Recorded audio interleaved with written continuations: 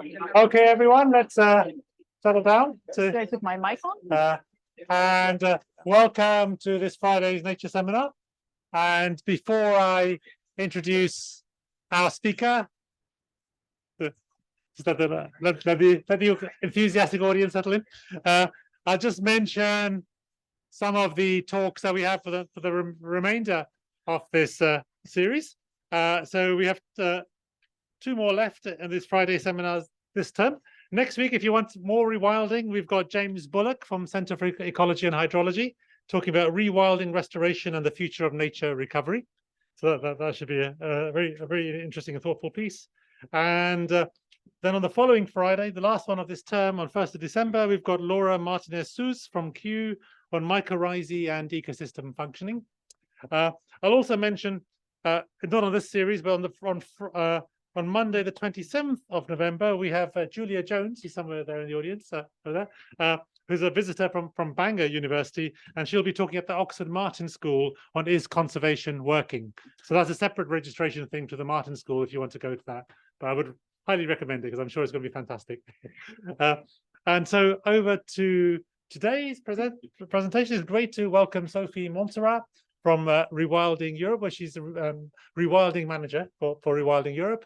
And she did her PhD at Montpellier in France on marine mammals, historical impacts of marine mammals, and then did a postdoc in South Africa on terrestrial mammals, and then was in Aarhus in Denmark as a postdoctoral researcher before moving over to Rewilding Europe last year. And I'm sure we'll hear all about what she's up to now in that. Thank you for joining us. Thank you so much.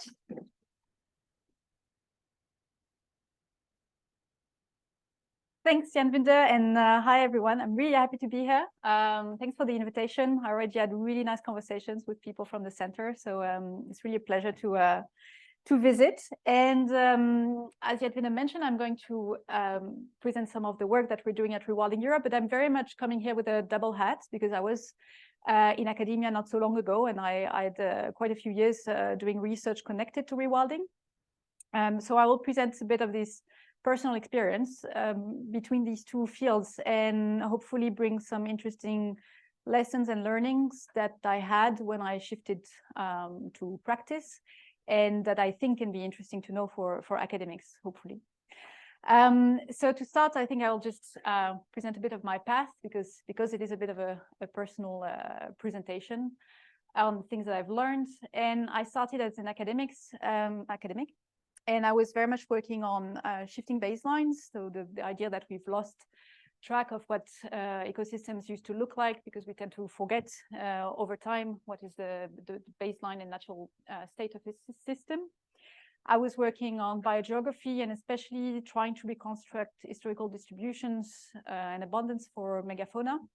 And that led me to the field of rewilding, because when you think about the past and you think about what we've lost, you can start thinking about how we can see the future and how we can recover what was lost.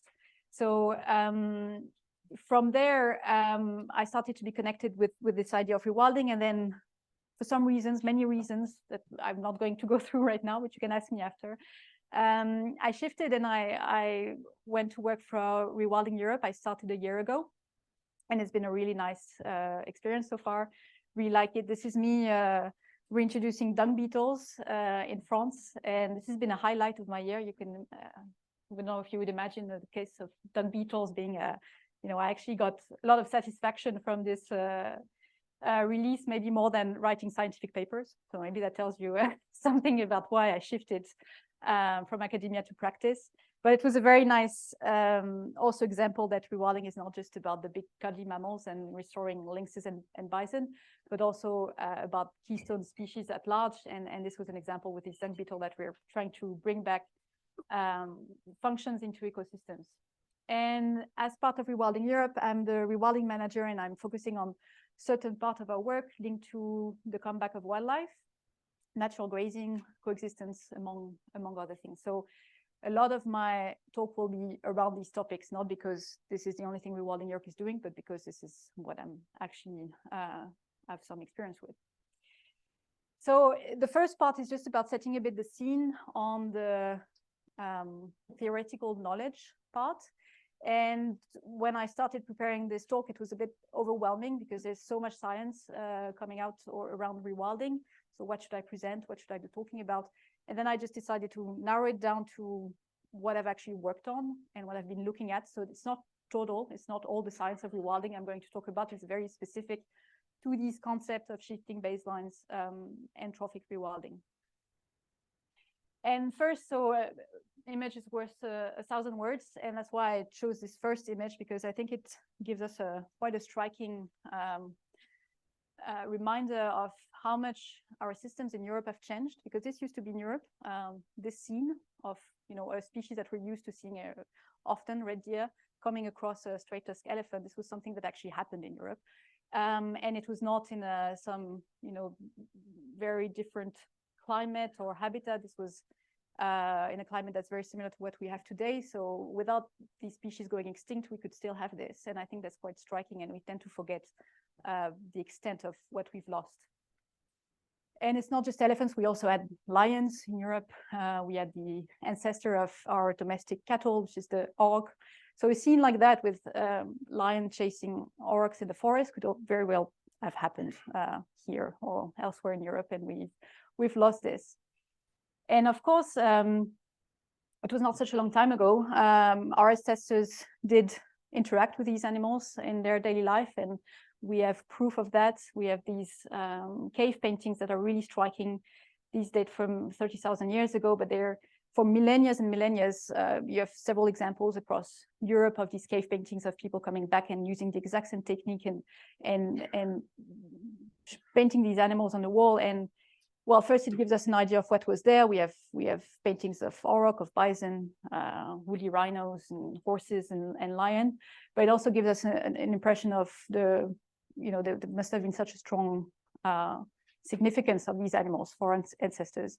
And this connection, we've obviously lost it in European systems. So it's a strike reminder of that.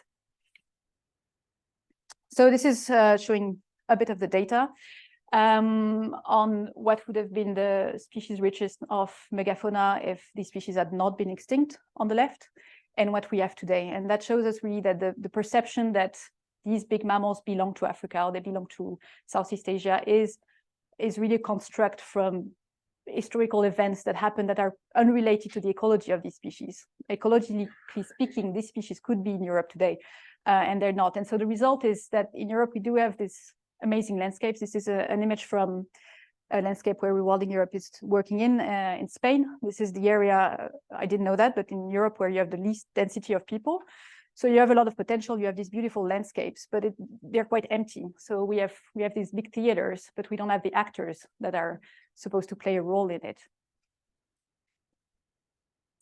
And this is a paper that just came out, led by a good friend and ex-colleague of mine, Elena Pies, a few days ago. And what they did in this paper, they did use pollen records to reconstruct the structure of past European landscape and of woody habitats in Europe in the last interglacial, which would have been a similar climatic environment as today, but without humans.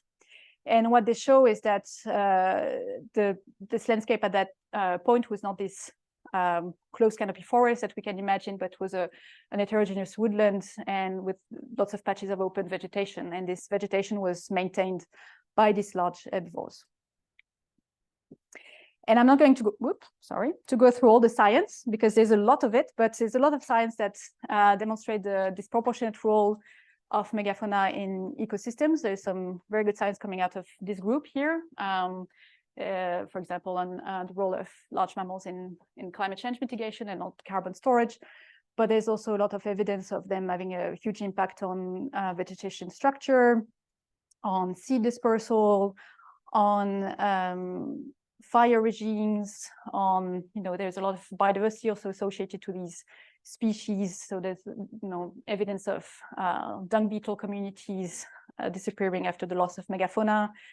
There's even studies on pathogen dispersal. So what this all tells us is just this keystone impact that these species have in the ecosystem and that we have lost. And because we have this knowledge now of what we've lost and how much of an impact these species had on our ecosystems, that's where the idea of trophic rewilding comes in. So it's the idea that by restoring these guild of large animals, we will restore these top-down trophic interactions, and that will restore trophic cascades that will eventually promote self-regulating biodiverse ecosystems. So that's the standard definition used for trophic rewilding, but basically what this image shows, it's you reintroduce this large group of species that are interacting with each other through predator-prey interactions and competition, etc. And they bring back with them environmental processes in yellow here in the middle, and environmental structure. And the theory tells you that then you should have a more biodiverse ecosystem that is resilient, able to look after itself, etc. And I will add to that something that I've worked on just before I stopped working in academia, which was this moral obligation to rewild also that we have in the north. There's this couple papers that came quite close to each other.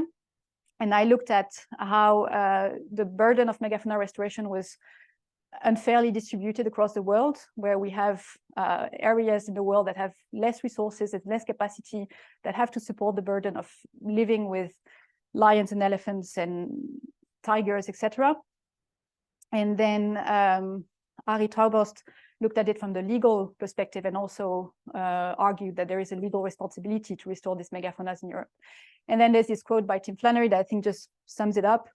He says that the moral case is unassailable. It is unacceptable to ask the people of Africa, whose population may reach around 4 billion by 2100, to live alongside lions and elephants while Europeans refuse to do so.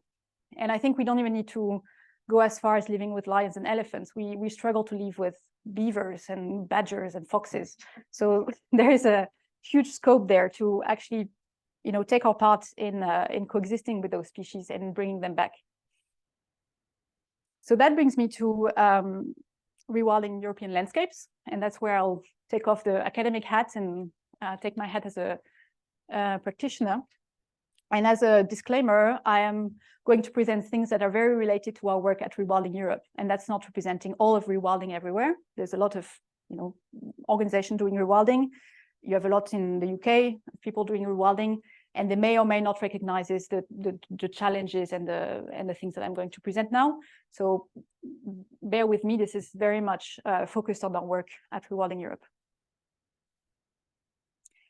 So first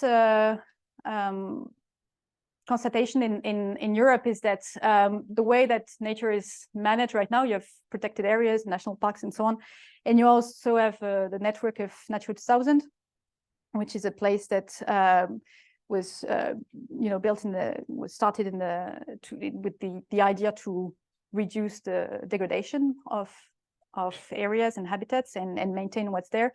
And it has provided a lot of benefits in terms of reducing degradation, but it's also really a very strict type of conservation and actions that happen there, and it's very hands-on.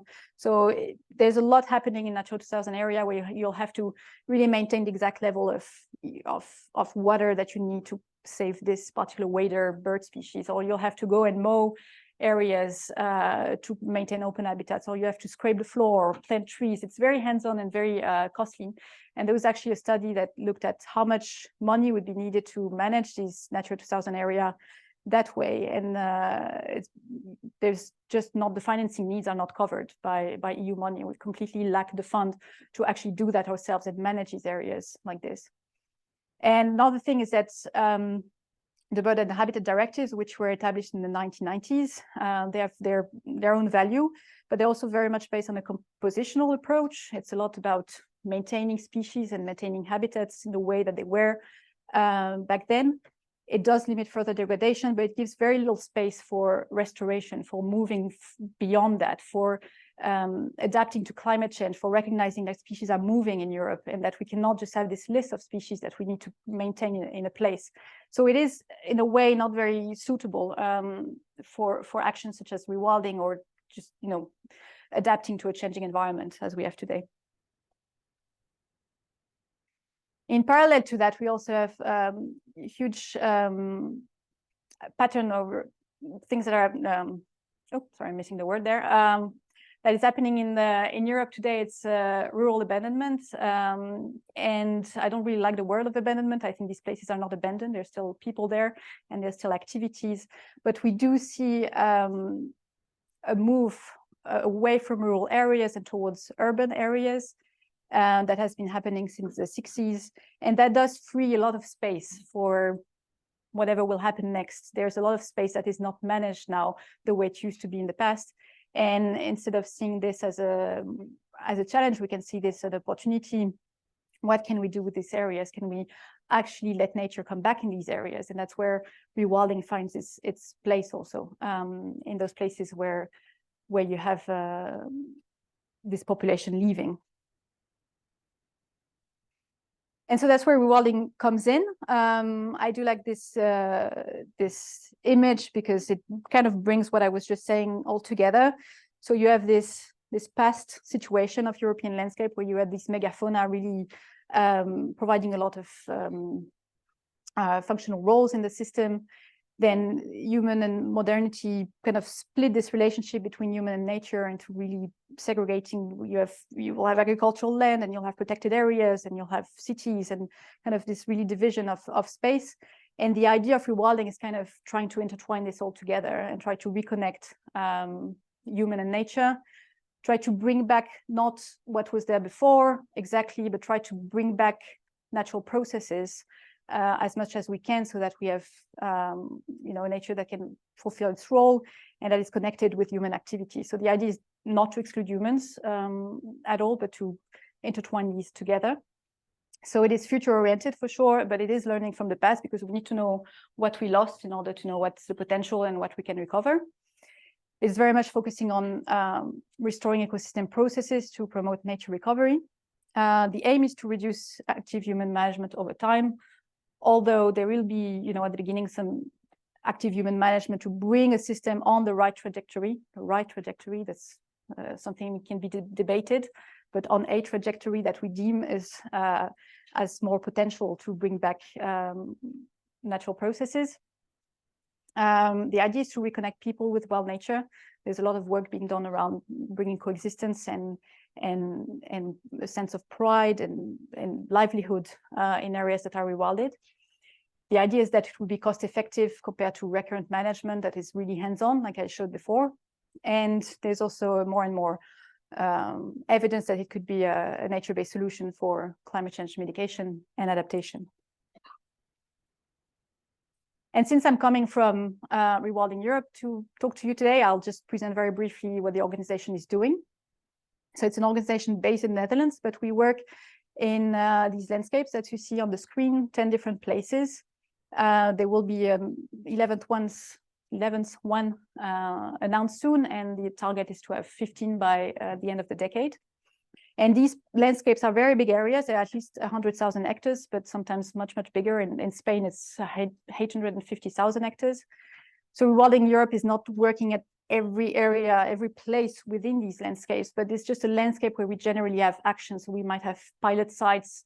We might have tried to bring stakeholders to work together. We might try to influence management. So we work within this landscape, but not obviously in every spot of the landscape, because these are very big areas. All the landscapes are locally anchored and led by local teams and local organizations that are connected to Rewilding Europe very closely. And all the work is embedded in a local context. Rewilding Europe is also managing the European Rewilding Network, which is quite similar to what Rewilding Britain would be doing here. So we have members all over the continent, and the idea is to foster exchanges of knowledge and working together and meetings and seminars, etc. But these sites are not managed by Rewilding Europe, obviously. And in terms of the pillars of action, a very obvious one is bringing back nature and the rewilding in Rewilding Europe. And that's the one where I'm most involved. So it's focusing on restoring habitats. So we work on restoring rivers, forests, and peatlands, but also bringing back wildlife, bringing back natural grazing, restore traffic chains, etc. Then we have a huge part of our work, which is about trying to find ways that people can benefit from rewilding and from nature comeback. So it's about supporting the transition of local economies, finding business models that make rewilding attractive as an alternative to more extractive activities, bringing access to finance and markets, and providing wider benefits, which can be, for example, supporting local cultures and local products, etc. Then there's a big aspect of building engagement and communication. The idea is to re-inspire and reach out to large audiences to try to foster these engagements and bring people to follow this movement, empowering communities and providing a new identity and pride. And finally, the last aspect is looking outside of our landscapes and really scaling up the rewilding movement across Europe. So we have an entire team who's working on developing and applying upscaling mechanisms and tools. And the idea is to have this widespread adoption across Europe, including bringing in science and policy to enable rewilding. And I'm going to be focusing now mostly on the things that I'm working on. And it's quite a small box within the bigger rewilding actions. And it's really this work on natural grazing and wildlife comeback and the restoration of trophic chains. So I'm going to do very bad work at representing all of what my colleagues are doing. So this is not all of Rewilding Europe. If you had invited someone else, they would have talked about these other aspects, but I'm going to focus because I cannot speak for 3 hours. So this is what I will be focusing on. So now I'm trying to connect, what can we learn from theory, but how does that actually, what happens in practice? And I think for me, that was the most important learning that I had during this entire year of working as a practitioner. All these things that I had no idea about that actually take place when you want to rewild a place, where we want to bring back a species. All these things that we put as a caveat at the end of the paper, and of course we'll have to include local context and local considerations, but actually this huge world that I learned about. So I'm going to try to bring this aspect and talk a bit more about it. So it's a lot about the challenges for rewilding, because there are many. It's about also presenting some opportunities, and the examples are mostly from wildlife comeback. I could also have talked about the challenges of restoring rivers or peatlands, but it will be focusing a lot on wildlife comeback. So the first example I wanted to share is in Romania, in the Southern Carpathian landscape where we work. We're working a lot with bison there, but we wanted to explore other alternatives for bringing back more wild herbivores in these landscapes. So we went there and did an assessment and a feasibility study about where and how and when could we do what action. And with my, if you had asked me a year ago, how would you go about it? I would have probably said, well, let's look at the habitat that's there. Let's look at the ecological requirement of the species, maybe do a species distribution model, maybe project it into future climate change to see how the suitability is going to change, and identify the hotspots that would be the best for the species. And then I'll put a caveat at the end and say, yes, and of course we need to take into account the local context and, make it happen. Okay, but this make it happen is actually the big part of it, because the ecological side, it's quite straightforward. Practitioners and people who live there, they know where the species can be. So, okay, we will do this work, but it's really not what is the challenge there. The challenge is to actually have access to the land to do anything. And what I learned there, and maybe some of you find it super obvious and know it already, but I learned during this year, is that the main challenge is to actually have access to the management of the land, because each pixel on this map is really being managed by a layer of different rules and different plans. And you have to go through all of them to know what exactly you can do. So for example, first obvious one is ownership, who owns the land, whether it's public or private. Another one on top of that is the grazing rights, and that will tell you what you can do with domestic animals. If you want to bring back horses, if you want to bring back cattle, what a buffalo, it will tell you what you can do.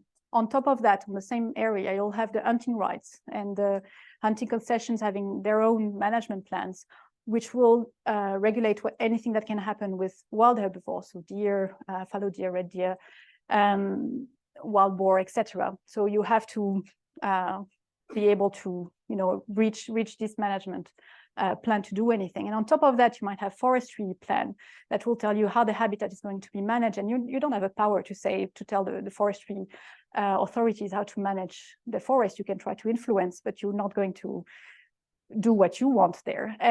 Part of the forestry management plan might be that herbivores are not allowed in forests. This is very common in Europe, that you cannot reintroduce wild domestic herbivores in forests, for example. So you have to go through all of these layers. And then eventually what will dictate what you can do is how your relationship with hunters, your relationship with farmers, your relationship with the municipality, who lets you do something, you know.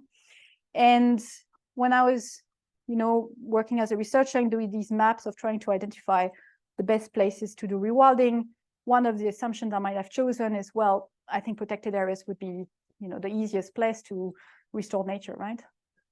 Well, this is not the case. It differs, it varies, but protected areas do have conservation management plans that often do not align well with rewilding. They might have objectives that are very different from what you envision as someone who wants to restore natural processes. And in that case, for example, the restoration of herbivores and the reintroduction of herbivores was not a welcome action in protected areas whatsoever. They did not want to hear about it because they had this conservation management plan that was very focused on plants and on endemic species of plants. So they didn't want any herbivore to be reintroduced. So what happens in the end is that, well, we're not going to work with protected areas. We're going to work with hunters, and that's an unlikely partner, I would say, if you're not, you know, if you're thinking about it from a distant place. But not all of them, but some hunters are actually very keen to reintroduce wild animals, wild herbivores, because they actually don't want to hunt them to the last one. They want to have a healthy population of wild animals that are, you know, doing their role, and they love their area, and they live there their whole life, and they're really willing to help us bring back animals. So in that case, our best partner was a hunter. And then you need to find creative solution. And in some of these landscapes, our teams are actually registered as hunters. They don't hunt, but then that gives them access to the hunting management plan. Or they're registered as farmers. They don't farm, but that gives them access to the right to own grazing animals and to manage them. So it's really a creative mix of, you know, solutions that you have to find to actually make rewilding happen on the ground.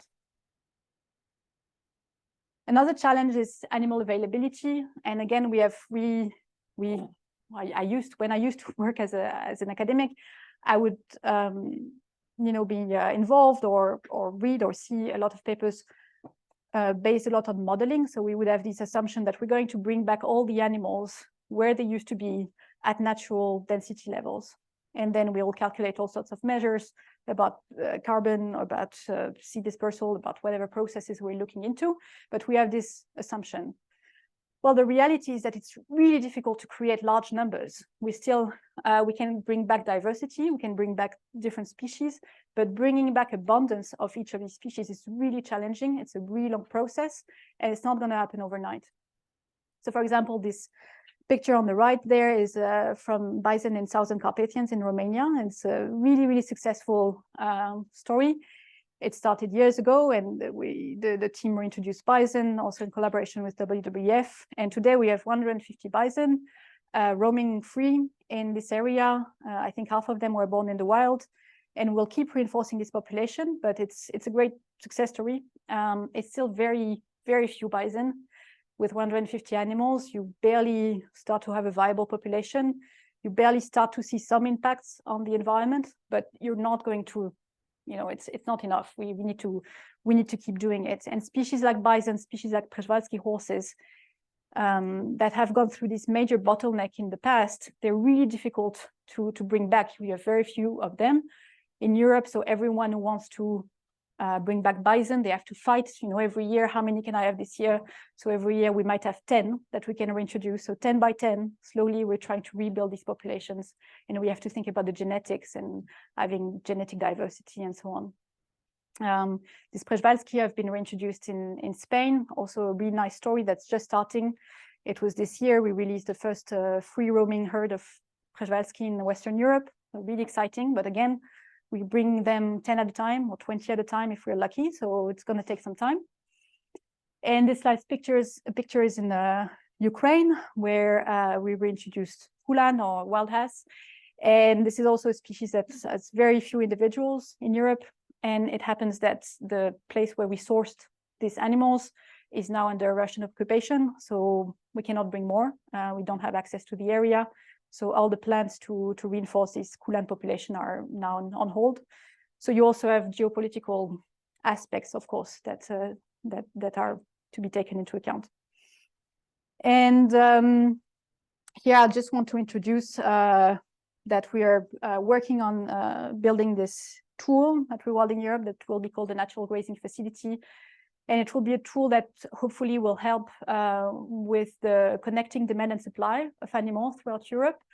Because the sad story is that you still have a lot of animals that are killed in one area because you have overpopulation in a fenced area where these animals could be transported and brought here where they're needed. So we're trying to connect this demand and supply, and yeah, this tool will be launched, and I think it will be an interesting tool for anyone working with natural grazing in Europe. So if that's your case, please reach out.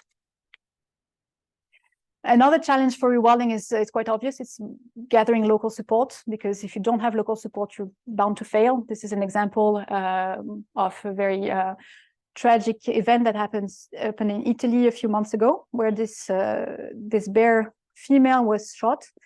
And it's a bit tragic because the population is only about 60 bears. So one reproductive female was a really big deal to lose. It's a big blow to the project and to the population. But that goes to show that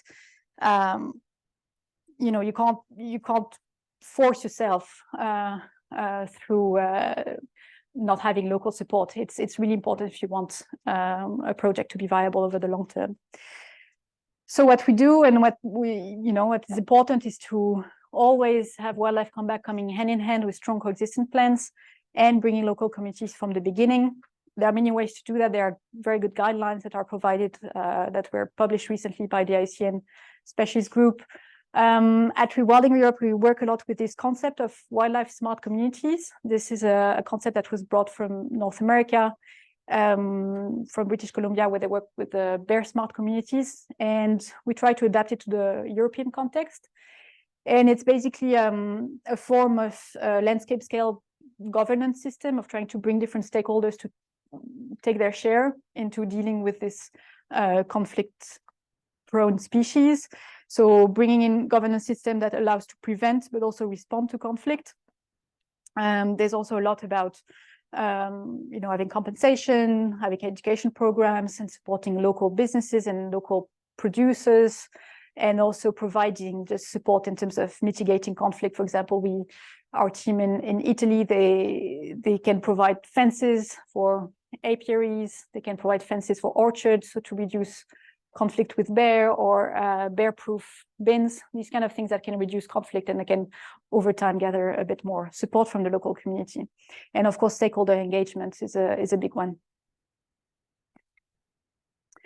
And finally, this one, which is maybe the biggest challenge of all, is just the bureaucracy. It's a bit of a nightmare. There's many layers of governance for each action that you want to take.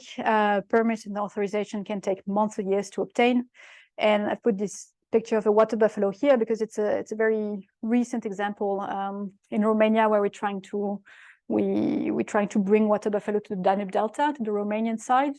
And these animals have been locked in a farm for months and months because of just trying to obtain permits just to move them within the country and bring them to the Danube Delta. It's just, in that particular case, they need the permit document and the authorizations to be stamped and approved by every ministry in the country, not just the environmental ministry, all of them separately. So that takes a long time. It's really difficult. Fortunately, we have local teams that are really knowledgeable and that are here to push through and to try to go through all this bureaucracy. But it's a lot of work, and it's a big barrier, I would say, to rewilding. And there are other aspects, of course. All of this costs a lot of money. You have to find the funding. Transporting animals throughout Europe is not straightforward. You have a lot of, again, permits to get across borders, etc.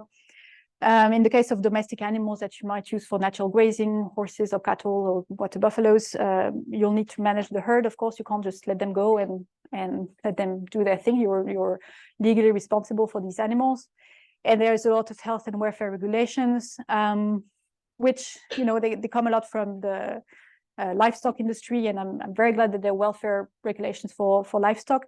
In the case of rewilding, we live a bit in this gray zone of these free-living animals that are semi-wild, and some of the regulations are just not really appropriate for that type of management, where you might have to tag a newborn calf within the 3 days that it was born, and if you're working in a 5,000 hectare area, this is just not going to happen.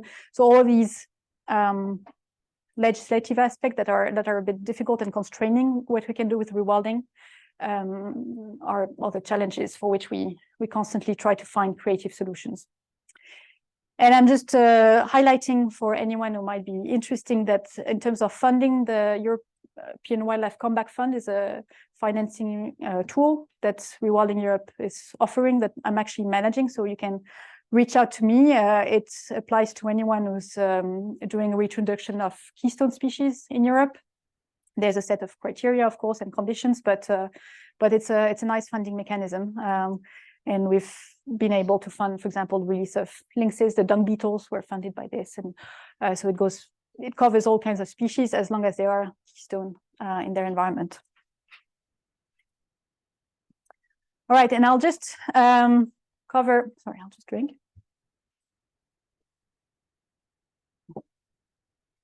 I'll just finish by covering a bit of avenues for research and policy that we identified are important. It's not all of them. There's a lot that can be done. There's a lot that should be done. But a few that, you know, to enable rewilding, we thought would be interesting to showcase. So in terms of the research agenda, the reality right now is that there's a lot of work coming out on rewilding, but there's a lot of opinion papers and a lot of perspectives, also a lot of modelization studies of what, you know, the potential for rewilding to restore such and such. There's very little empirical studies, and it's a problem because then it becomes very difficult to support our claims. So we claim a lot of things about what rewilding can do, but we have very little to actually show it in terms of empirical work. So there's a real need to demonstrate impacts on the ground. And I'll come back to this. But before that, I also want to give a little note of caution that was actually given to me by one of our staff members in one of our teams. He's been working for a very long time in rewilding, and he wrote this in an email. And he said, during the last 12 years, I experienced very often the case that scientists conducted very good studies and were not aware our authorities would misuse their studies for different goals. It is very important to always be aware of the political background and develop a well-reasoned strategy before conducting a study. So these are words by someone who saw sometimes well-intentioned studies backfire. In that particular case, he was referring to a study that showed the roadkill of wildlife on roads and show how something needs to be done for roadkills in a particular area. And it was a very well-intentioned studies. We need to reduce the amount of roadkills. But he said the problem is that the authority have been waiting for these kind of papers to support their claim that what actually needs to be done is to build this huge highway, because then you can put fences on both sides and you won't have any roadkill. And he's really worried that this is something they will misuse for that intent. And then, of course, you completely divide your landscape in two and you break all connectivity, and it completely backfires. Another example, which is not what he was referring to here, but what I feel is starting to happen is around all the studies that are coming with large herbivores being a solution for climate change mitigation and storage of carbon. It is very important studies, and it really helps also support rewilding and give a reason also to rewild. But it can backfire. I'm a bit worried, to be honest, because we start hearing about donors that completely, you know, simplify those studies and ask, okay, so how many kilograms of carbon can your bison store? And we're starting to commodify these animals, as we did with trees, where an animal is now a potential for kilograms of carbon to be stored. And when we know the reality behind it and the processes that go behind it, we know it's not that simple. Definitely, we cannot put a number of carbon on the bison. This is not how it works. Bison will actually start eating vegetation and releasing carbon. So if we go down that road, we might have to kill all the animals. So it's difficult because I know that these studies are super well intentioned and there are all the caveats and recommendations that are very sound. But it is true that it will be taken out of context and it will be stripped of all nuances and used potentially for things that we didn't think about. So just a note of caution that there is a responsibility in publishing research, and it's really important to connect with local NGOs that are doing work on the ground, that they can actually say, well, actually, we don't need to hear that, but we would really need you to work on this. And so coming back to this need to demonstrate impact on the ground, at Rewilding Europe, we've actually looked into ways to develop our monitoring framework and trying to find ways to measure our impact. The ecological impact, but also impact in terms of wider benefits for human societies, in terms of pride and attitude, etc., and also the economic benefits. And again, here I won't be speaking about things I'm not directly involved with, so I'll be focusing on the ecological impact monitoring. And we have partnered this year with the Zoological Society of London to develop a monitoring framework for ecological impact. And just very briefly, this is where we're at. We've identified rewilding models that we're working on different types of habitat or different types of actions, such as restoring trophic chains or restoring natural grazing or coexistence. And for each of these models, we've developed this series of change that really tell you what ecological impacts we want to demonstrate. We have identified potential indicators and metric and methods. We've gone through doing cost-benefit analysis to identify which ones are the most cost-effective. For knowledge gaps, we relied on expert interviews. And then we've selected really a range of indicators, metric, and methods that were the most relevant for our objectives, for our actions, for the local teams, because they all have different needs.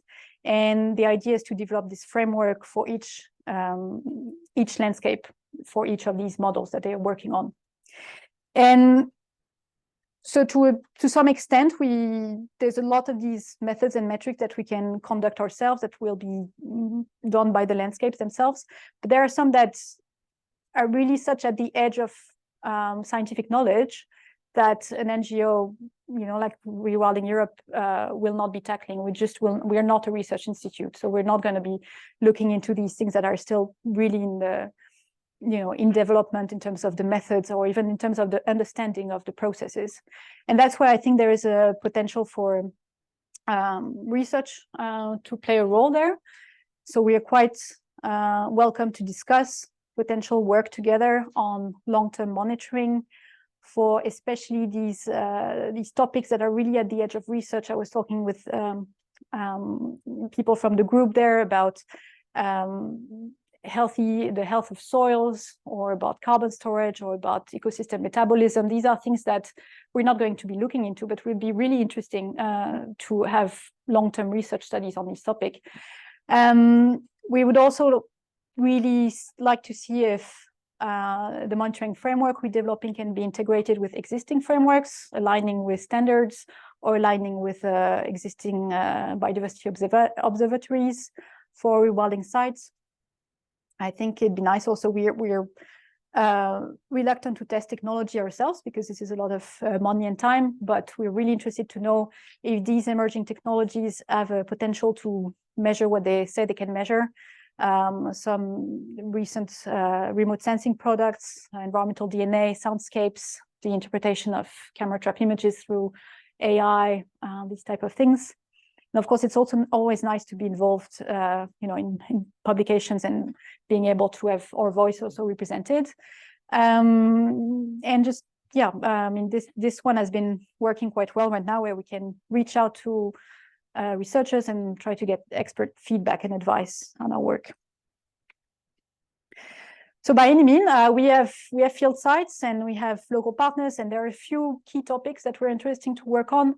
And if that rings a bell, and if you think you would like to chat about it, let's get in touch. I cannot promise that what will happen, but at least it's a nice conversation to start with the research community.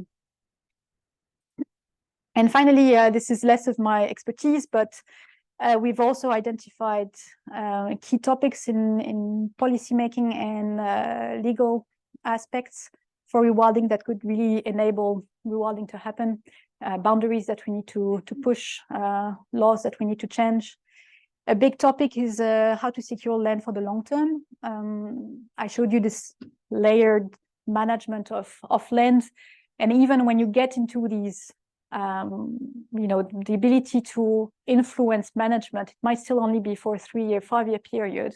And then you always run the risk of not being able to renew the type of actions that you're doing there. So it would be really nice to find ways to secure land for the long term. There's a lot also that can be done with CAP, with the Common Agricultural Policy. There are actually at European level these eco schemes that are supporting to some level rewilding. They're not often translated into national policies and regulations, and that's where there's a work of lobbying to try to include these eco schemes into national policy, and try also to help people on the ground to have access to these subsidies, because it's a difficult process, and it's always nice to have support to figure out our way through the jungle there. There's also a need to push the legal framework for kept and domestic herbivores. As I said, it can be really challenging to follow the rules for domestic herbivores. It's not always in line with what rewilding is about, or even what is beneficial for these species, for these individuals.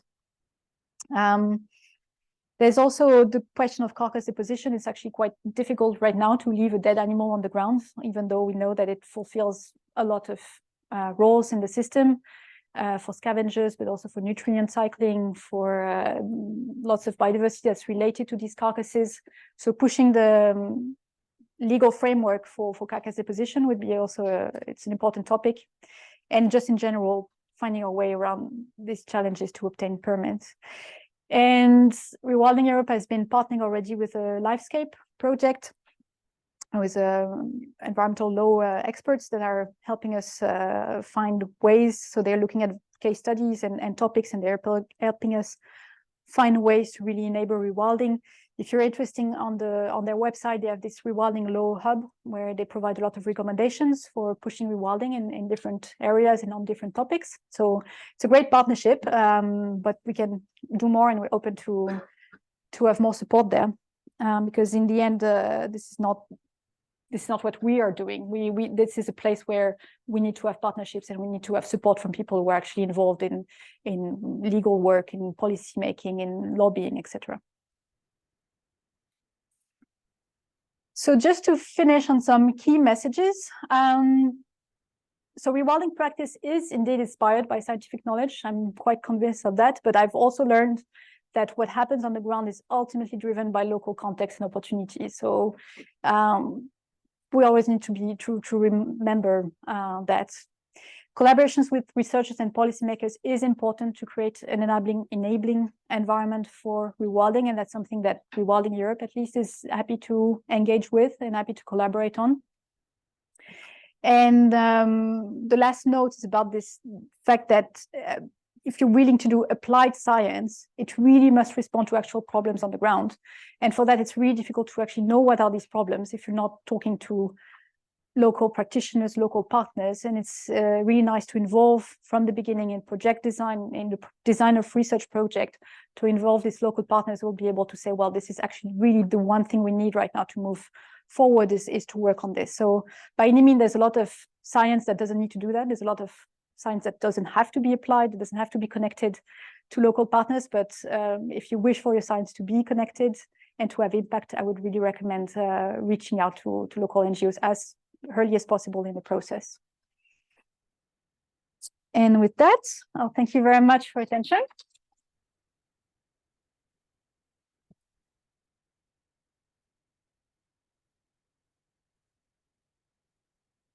Thank you, Sophie. That was a really wonderful overview of the work, and also just really nice to see so much practical, hands-on, just getting on with it, and then seeing what the science tells us and the practice tells us in that process. So we'll open up to questions now.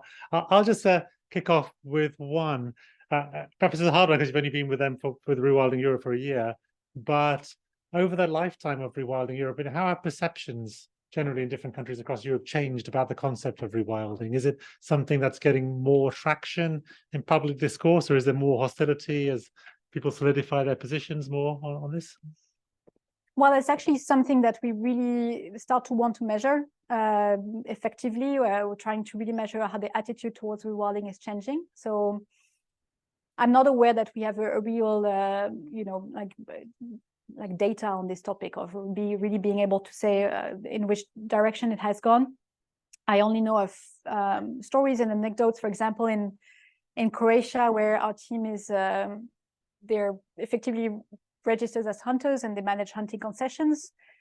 And you can imagine how at the beginning from the other hunting concessions around, it was a bit, there's a bit of a reluctance to see this organization starting to take over these hunting management plans and replacing hunting by wildlife watching hides and stuff like that.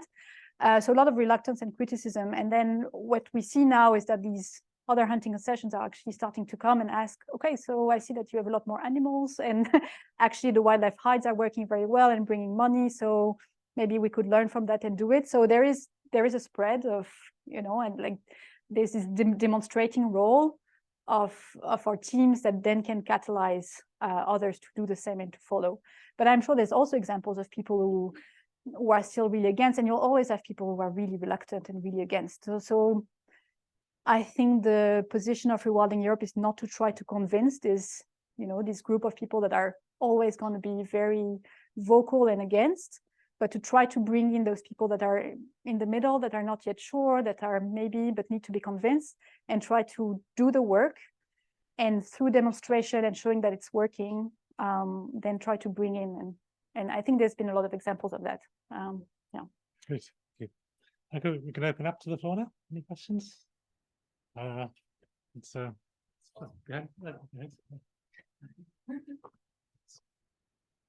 Hi, I was wondering if you have like any rule or principle on to select which species to prioritize to introduce or reintroduce, or like, yes, that's my question. Yeah, good question. Well, as I said, rewilding is getting inspiration from the past, so it's important to know what was there before and what was lost. And then we'll focus on the ecological functions that were lost. So it's not necessarily the identity of the species. If the species is still, that was missing there, is still extant somewhere else, and you can bring animals from a healthy population and restore them here, by any means it's good. But in some cases, species are just gone extinct. So we might use some functional analogs for these species. For example, the European wild horse is extinct, but we have domestic horses. And so we can rewild domestic horses and bring them here. The European water buffalo is extinct, but we have another species of water buffalo that we might bring in. So we work with these functional analogs and then see, the ecological conditions there. And then we work with pragmatism. So what is actually possible? We're not going to necessarily try to reach out for the impossible, but start with what is feasible, where we can get permits, where we think it's something that is achievable in the short term. And then of course there'll be feasibility studies involved to see that all the conditions are there for the species. Yeah. Just to add last question, do you have like a year or limit, like a period of the past that you select, okay, this species was here but too long ago, then it's not. Yeah. Yeah, I think it's not a matter of whether it was too long ago, because the ecosystems that we have today in Europe, they've evolved for millions of years with these animals. So I think it'd be a bit ridiculous to decide that, the 1700s or the 1500s are the time where it was natural, and we should just focus on that. No, we look at what was the system like for millions of years until these very recent extinctions that happened. It was, in terms of geological time, it was in a blink of an eye, and try to understand what functions we are missing. So it's not that we're going to necessarily reintroduce the lion, but it's important to know that this function is missing, that we don't have these large carnivores, or we are missing elephants. We're not necessarily going to bring back elephants, but we know that these huge megafauna that were able to knock down trees and really have an impact and trample and everything, they are missing, and that's important. And then we might just focus on the next best thing, which is the next bigger animals, which might be the bison or the auroch, for which we're using analog like a mix of breed of cattle, the Taurus that is the analog of the auroch, or as close as we can get for now. So we're trying to get the next best. So we will. I know this is not a time in a point in time in the past we say, okay, we want to get back there. We're definitely not getting back there anyway, but it's inspiring us to know what's missing.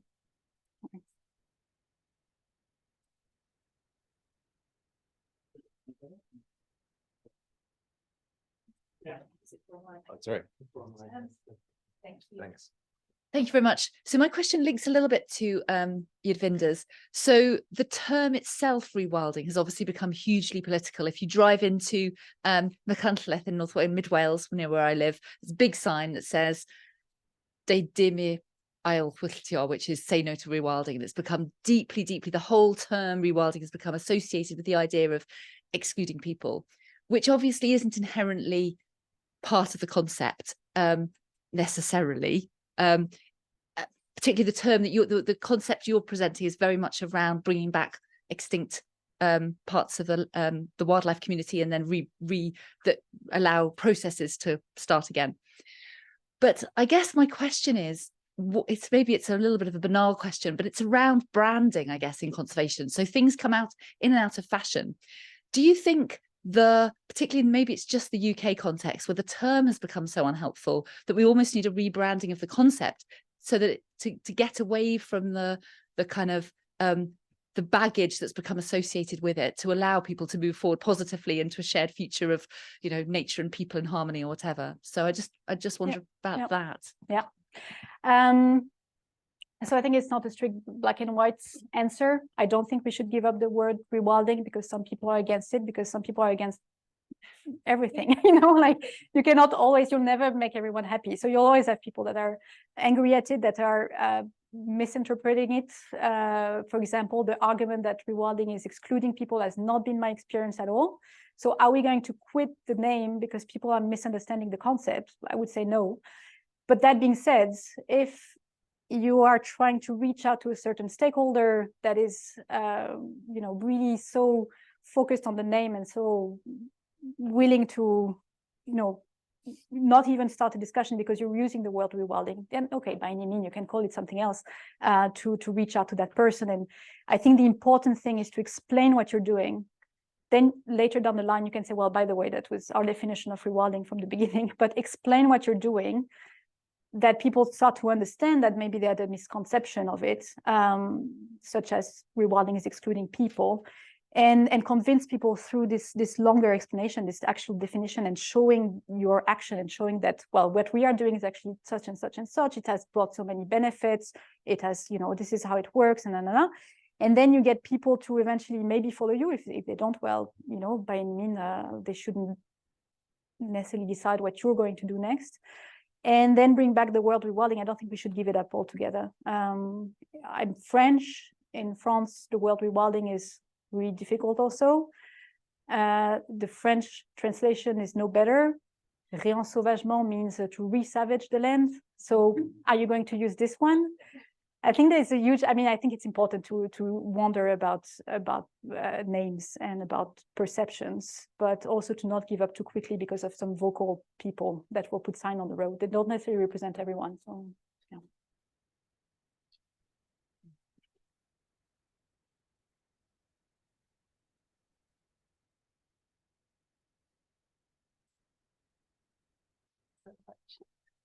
That was really nice. Thank you so much.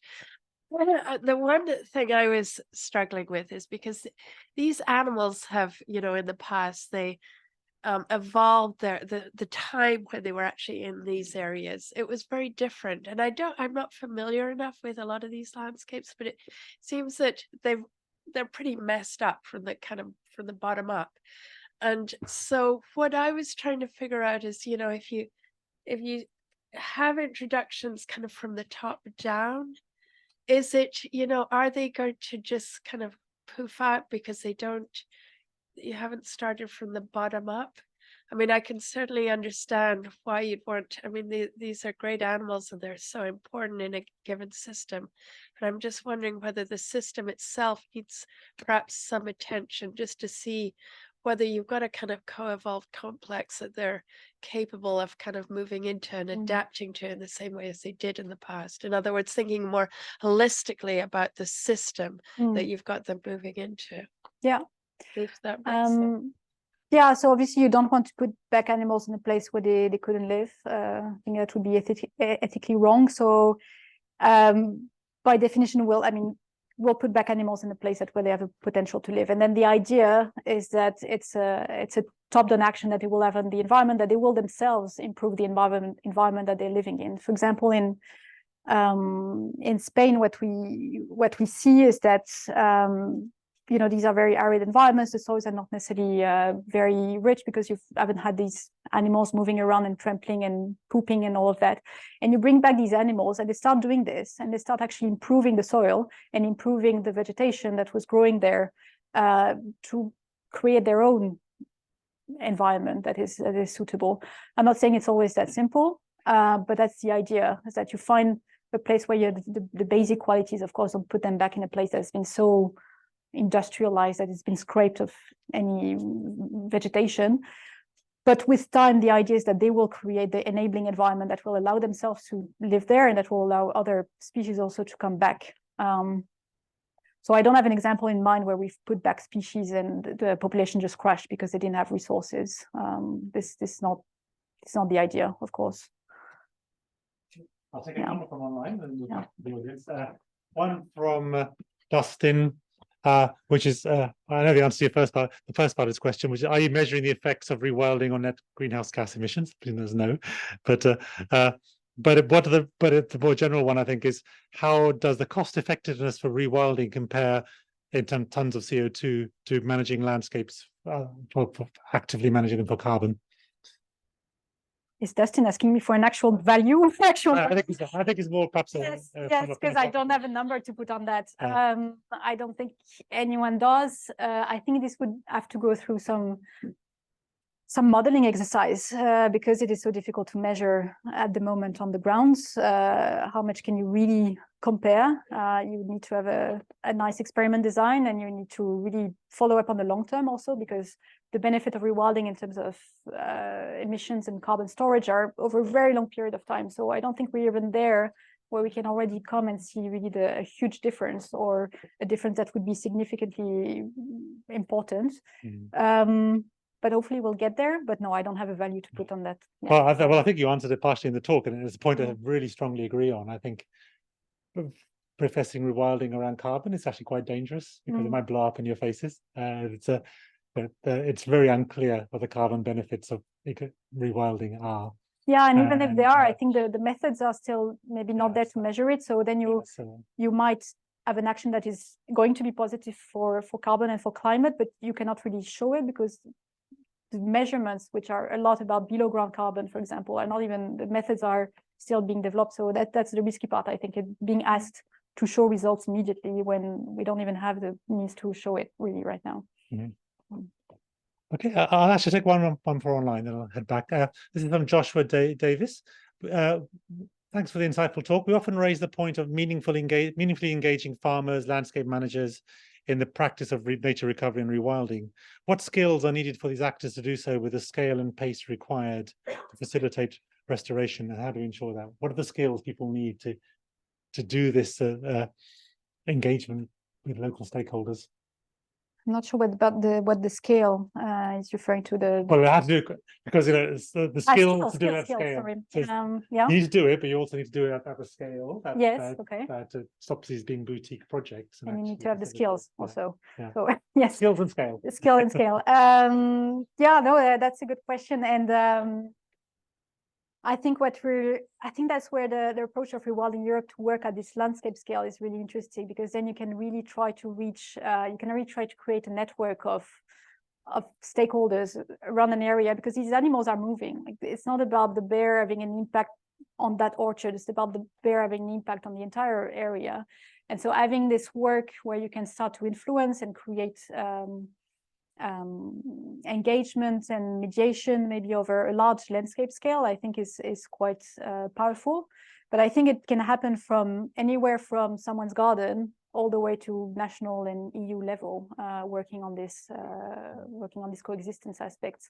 But our approach is to work at a landscape of connected municipalities and stakeholders that are facing a conflict with a species and trying to work all together to react and prevent conflict.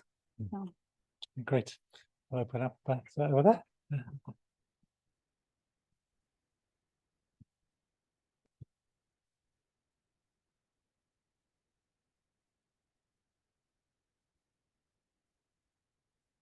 So you'd mentioned that we have that there's sort of obviously inequalities in terms of coexistence with megafauna between the global south and the global north. But I was thinking sort of within the EU as well, as we sort of start to do more rewilding, how do you prevent similar inequalities happening within the EU? For example, so like how do you prevent, for example, all the richer countries in the EU just offloading all of this stuff to like, you know, Eastern Europe or things like that? Yeah, no, that's a very good question. I think it also even happens within a country where you might have rural areas that are dubbed as this is the place where we're going to restore nature, but without necessarily considering the people that live there. So this inequality can be really translated at many levels. That's where a lot of our work is also is about trying to not do rewilding despite people, but with people, and trying to bring viable alternatives to people to maintain their livelihoods in those landscapes with rewilding. So that means finding alternative ways of financing, trying to replace their revenue with something that is not based on extractive measures.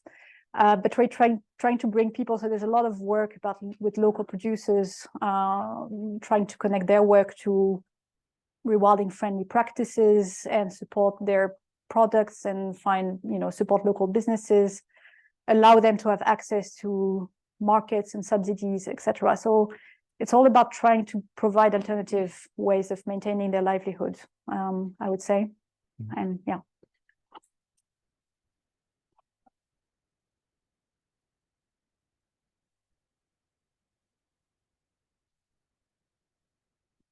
Hi, thank you very much for the talk. I'm just wondering, so you've got your 10 sites. When you select them, do you gather a local public opinion on whether they would like rewilding happening, or like whether they're keen or not? Is that a factor deciding in deciding which site you're going to select? Yeah, that's an excellent question. And of course, I wasn't there at the beginning of Rewilding Europe, but I was happy to learn that it's very much a bottom-up approach. So these landscapes are not chosen by Rewilding Europe to be the next landscape. They are nominated from local organizations. There was a call for nomination at the beginning, and it's still ongoing. So any local organization that thinks that their area has a potential for rewilding can connect with Rewilding Europe and say, hey, we think this is a good place. We already have done all this work to look, speak with stakeholders. We have a lot of support. We have a lot of actions that we could do. And then what happens is that if it sounds very promising, there will be a feasibility study that will run and look at what can be done and what would be the first step. And that's how all these landscapes were born. They were born from nominations. Yeah.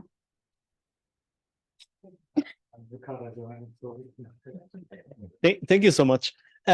So we speak quite a lot about rewilding here in the context of the UK and wider within Europe. But in Portugal, for instance, it's not so much a thing. We have Coa Valley and we speak about rewilding, but nonetheless, all the work with the Iberian lynx, for instance, it's about bringing back a top predator. It's about ecosystem functioning and so on, but it's framed quite differently. So it's framed around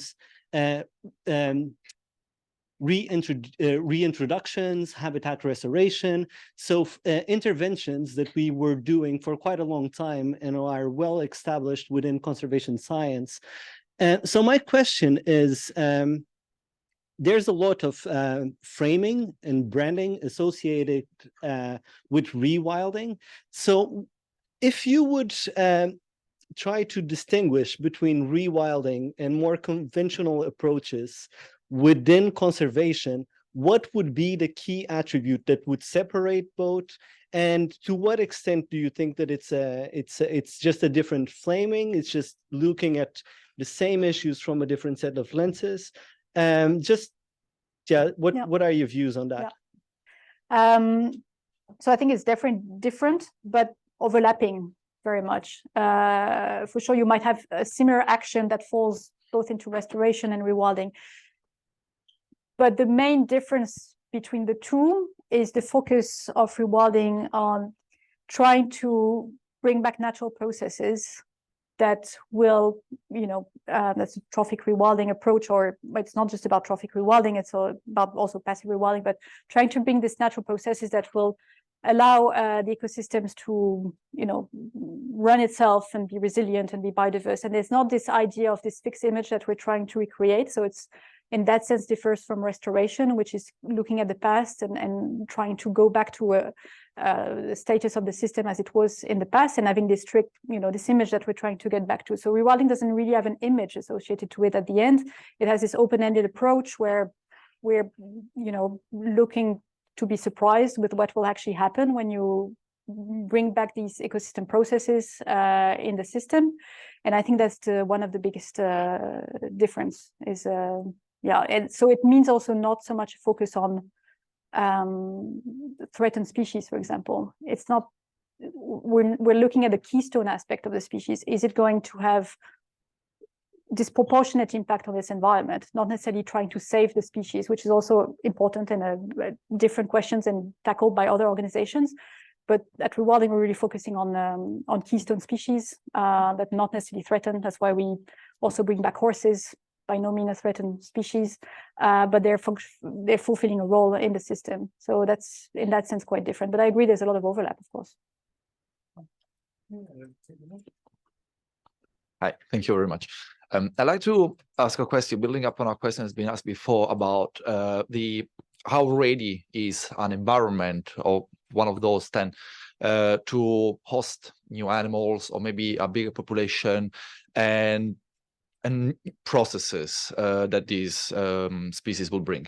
But species, and hopefully, would then move and would disperse broader. And that will affect, obviously, the areas nearby that might not have been assessed on the first instance and might create problems that might not have occurred there before. So I was wondering, how would you deal with these issues, and if the idea would then be to let the rewildness happen just naturally, or keep having a sort of management of the environment, or not just in the area that you originally selected, but on a broader scale. Yeah. Thank you. Yeah. Well, I think that's the objective. If we want to have any kind of meaningful impact, we need to scale up. So I hope that what we're doing in the landscape will spread around it. I don't think we want to manage to keep these actions to happen just within the landscape. We want them to spread, but we want to prepare the ground for this to be accepted. And that's where the demonstration role is important, to show, how it can be done. That's how the groundwork on allowing coexistence in some place can be replicated in another place where the species is not yet, but we can guide people on how to prepare for the comeback, because it's going to spread. And this is already happening, and I think it's a good thing. And these landscape where we work are also places where you can learn. You can eventually, and everyone will make mistakes, and maybe some things will work less and something will work better. And then we can spread the knowledge on this. So yeah, that's the big role of this upscaling team that we have. Yeah. Yeah, we're going to 6:30, so I think we should give Sophie a break and a glass of wine. But thank you very much. I mean, I think to me, on reflection, I think one of the key things that's coming from the work of Rewilding Europe is actually going to this thing of detoxifying that word in some constituencies by showing in practice how rewilding works with communities, can benefit people and restore these keystone species. And there's a lot of perspective pieces on one side or the other in the literature, but only now are we seeing significant scaling up of practice. And I think it's really, Rewilding Europe is playing a critical role in doing that in coexistence. So congratulations on your work and the organization's work. But yeah, everyone out there. So thank